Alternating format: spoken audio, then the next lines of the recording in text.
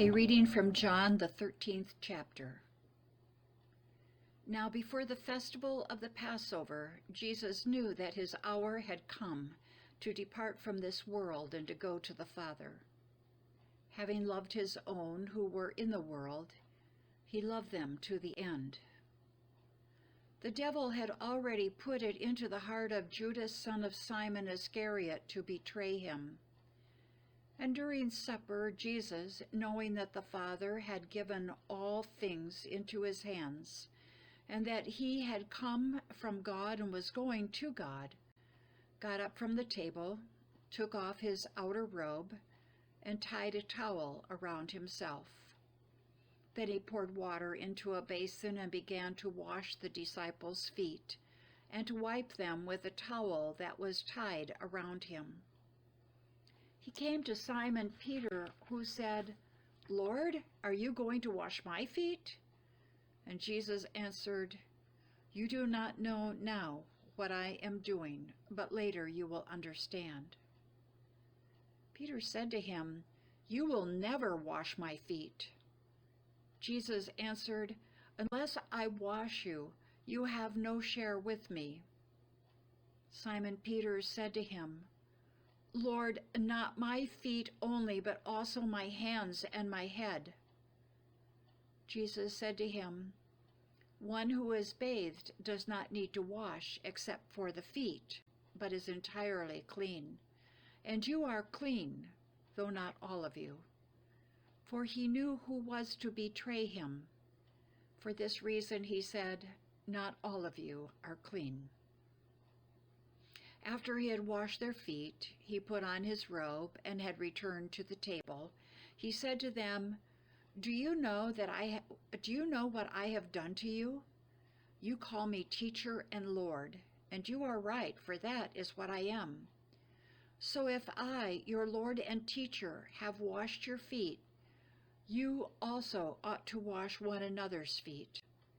For I have set you an example that you should do as I have done to you. Very truly I tell you, servants are not greater than their master, nor are messengers greater than the one who sent them. If you know these things, you are blessed if you do them. The Gospel of the Lord. Thanks be to God.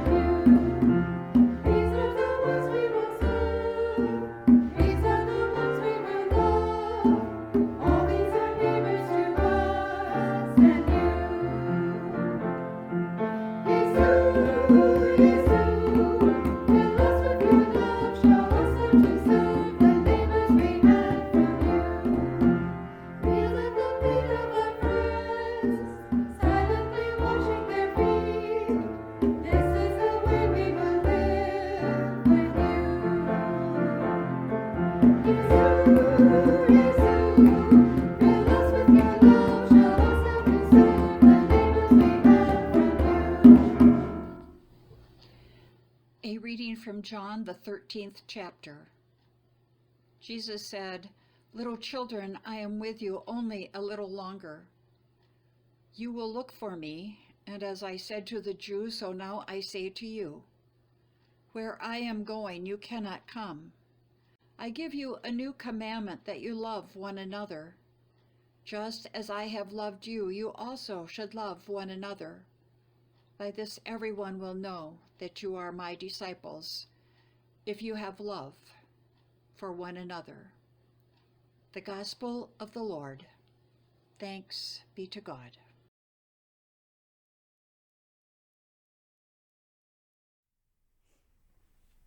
My God, why have you forsaken me?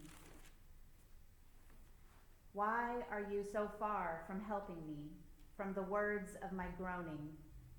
O my God, I cry by day, but you do not answer, and by night, but find no rest. Yet you are holy, enthroned on the praises of Israel. In you our ancestors trusted. They trusted, and you delivered them. To you they cried and were saved. In you they trusted and were not put to shame.